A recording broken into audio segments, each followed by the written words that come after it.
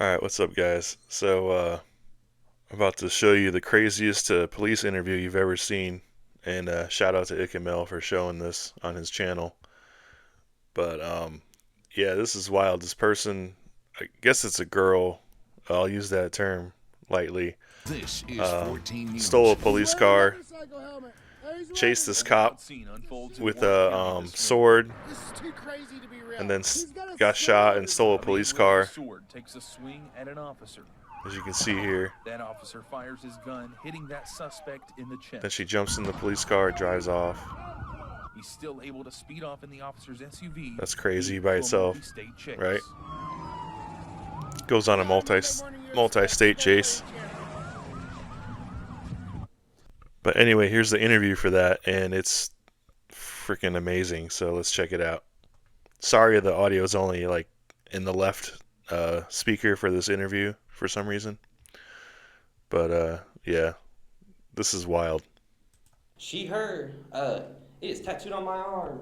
And if you're curious, that's one of the things that I have to defend in here. They try to be negotiating my gender. I don't do that.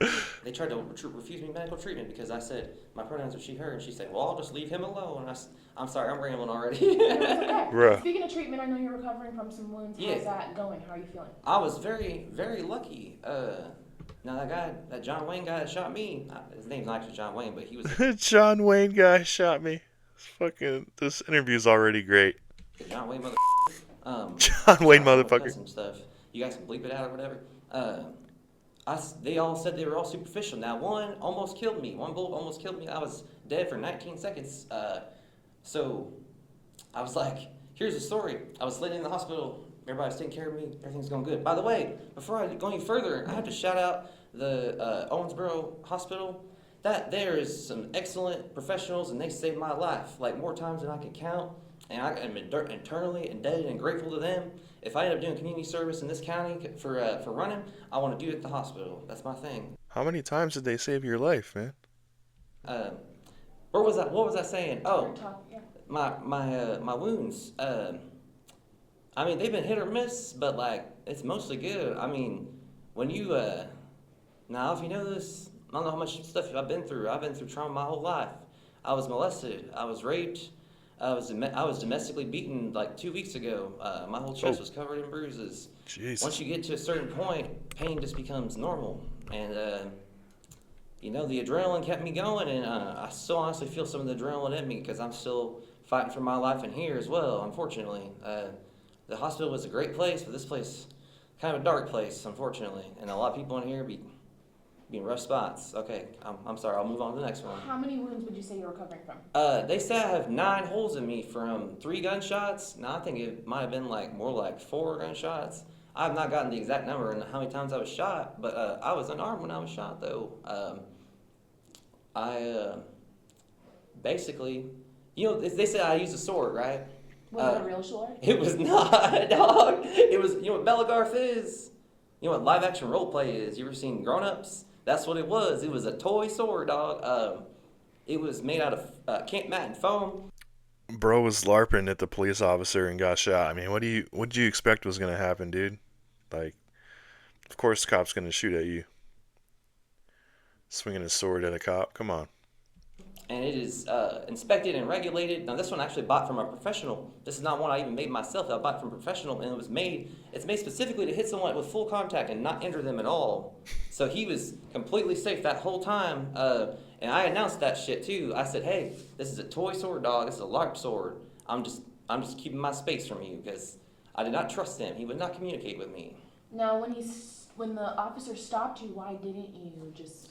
Because, I gotta tell you, I'm sorry, I didn't mean to.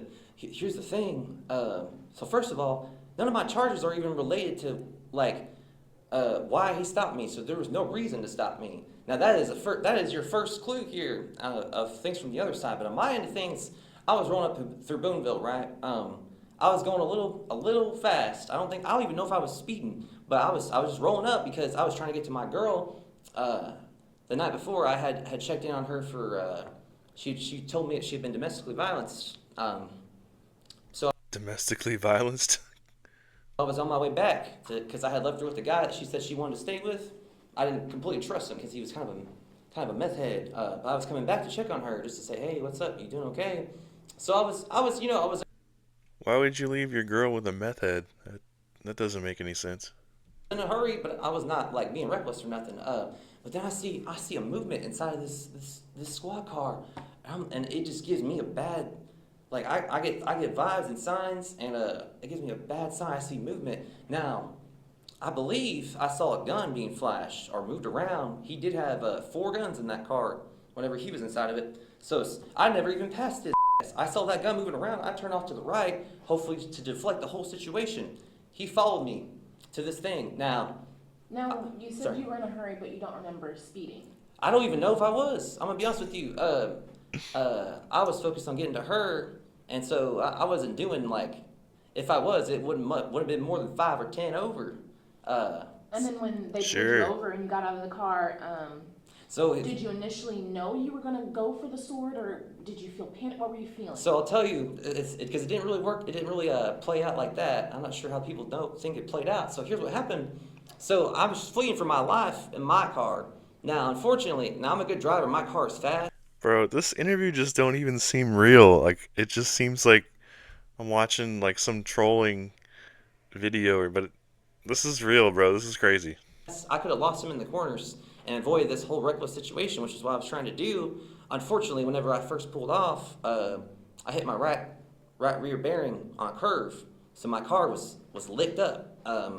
It wouldn't go more than 40 miles an hour, and eventually the car got to the point to where it was too reckless to drive, and I didn't want to put any civilians in danger. So what I tried to do is I tried to pull into a spot that was nice and comfy where we can talk. I got out of the car.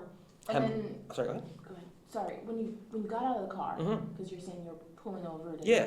kind of make sure everybody around you was safe. Yeah. Did you intend to No. take the police vehicle? Was it more No. of a panic or No. escape type of, what was your? I'm sorry. I'm sorry. No, my first intention was to talk to him and say, "Hey, dog, what's the deal? What's wrong?" The reason why I ran is because I saw a peace flash, right?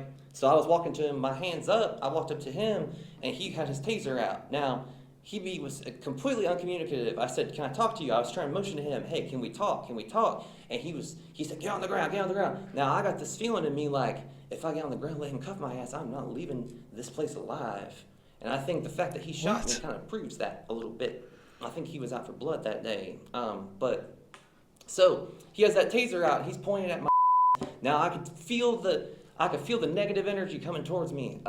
So I do what every human in that situation would do and run, because first of all, sure, he's a public safety officer, but he has certain things he has to abide by, and he was not abiding by them when he was flashing his piece and starting off so aggro with me. When I was running away from him, I wasn't even speeding. How do you think? I couldn't What are the speed. proper protocols that you feel like the officer should have gone through before? Communicate with me, dog. Like, just talk to me. Like, I would just come up to me and say, "Hey, what's up? I was unarmed. Why does he need that taser for? Also, that taser I found out. You had a sword. Now, he didn't know it was fake sword because it looks real, but you were not unarmed. Of course, he's gonna act like that. That later would have done anything anyway, but that's another story. But Do you know what charges you're currently facing? yeah, there are so many of them. They're trying to throw the book at me like they did in Bedford. Now, I know. Can you list them for me? Oh, Oh shit, he's got them all. What I can say is that they're right got 'em all here. There's written so out. many of them. Now, we talking about Warwick or are we talking about Davis? Talk about both. Both. So Both. let's see here. Now, Warwick. Here's some funny ones. You want to hear the funniest ones? Criminal recklessness committed with a deadly weapon. It was made of foam, guys. I'm sorry. Resisting law enforcement. I don't even know what this means. Knowingly, intentionally, forcibly resist or obstruct. Okay, that was me saving my own life. Okay, cool. There's 2 felony 5s, 3 felony 6s, and a Class A misdemeanor here. And that's Warwick. And this is all Warwick. Okay. And Davis. Oh, Davis? Davis ain't nearly as bad. Now, I will say, I don't, before this, all right, obviously I didn't have the best experience with cops, how they treat me whenever I defended me against my rapist. Speaking to that, do Yeah. you feel like your current charges, do you think that they're warranted? Nah. What do you think of them? I think all the charges are bogus because he did not do his job correctly. And I've already Bro. paid my penance. I think taking 2 to the chest and 1 to the side was his penance enough. I don't think jail time is any necessary at all because, I mean, I almost died. And thank God I'm a Buddhist and my karma is straight. After this, I'm getting out of this cycle of suffering. You are Thankfully, not a because Buddhist. I'm an old soul. You can tell if you look at me. There's a lot of stuff I've been through in my life and my time. But the Davis County charges, honestly, they ain't even that worth mentioning because it's just running from the cops. Now, Davis County, the reason why I ran from Davis County, now I was trying to tell the judge yesterday, I don't know if you saw, and the judge wouldn't listen to me, which that's fine, I get it. He was just trying to look out for my, even though, I want to speak for myself.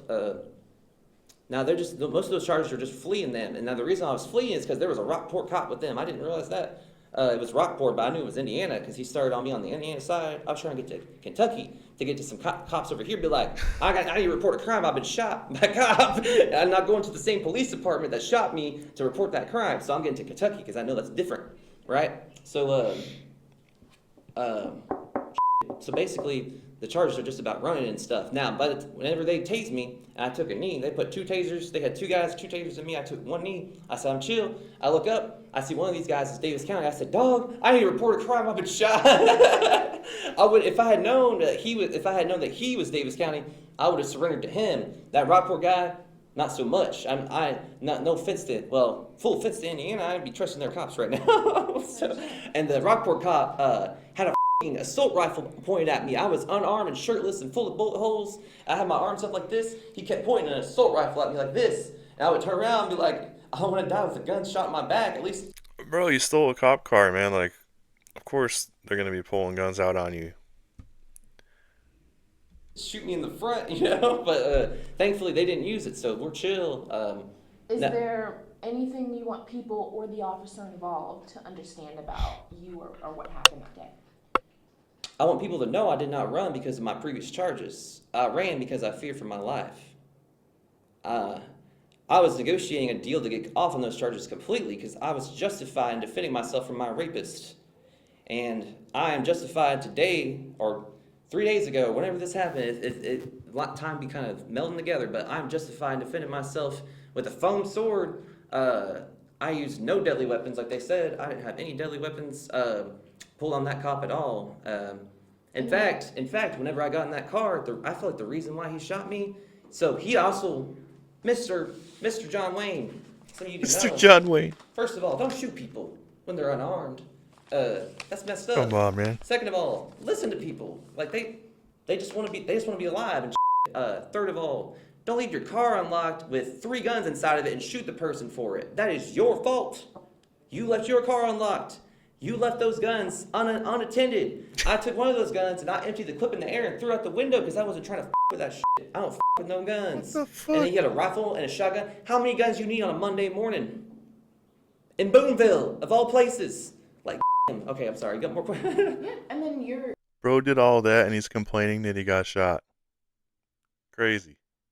your wounds. Yeah. I know you mentioned yesterday in court that your bandages hadn't been changed and things like that. Has They- that changed since? They you- have. It took 12 hours of crying and screaming and banging on the walls to get that to happen, but it happened. Finally, it took me advocating for myself. And last night when they finally got to me, since I had to kick the top bunk to get their attention, finally, I had felt like a rip in my stomach, and they refused to take me to the hospital to get scanned. That's the thing that killed me, dog. Is that wound in that stomach? That's what killed me. I bled internally. I said, "Hey, this killed me. Can we go looked at?" And they said, "You're fine. Go back to bed." I was like, "Cool. I guess if I wake up dead tomorrow, I just don't send this." And there was a guy in there that had really kind eyes. I said, "Don't send him in because it's not his fault this is happening. I could tell he wanted to do something." And you'll do that. You'll be in these situations, right? And you'll get people in here that are good people, and they want to try and help you, but they can't. They got too many rules, too many regulations, too many laws that are unjust, that keep them restrained from actually helping people.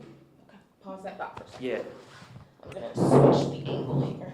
Okay, that was the end of the interview, but I just think that shit didn't even seem real, dude. Like, seemed like I was watching like a sketch comedy on fucking Mad TV or Saturday Night Live or something. Like, just I don't did not seem real at all. It was I just couldn't believe it, man. Like I'm like, is this actually happening? Did that really happen? Did that interview really go down? But I guess it did. So I don't know if you like that. If you like that video, please like and subscribe for more crazy content. Uh, Peace out, fam.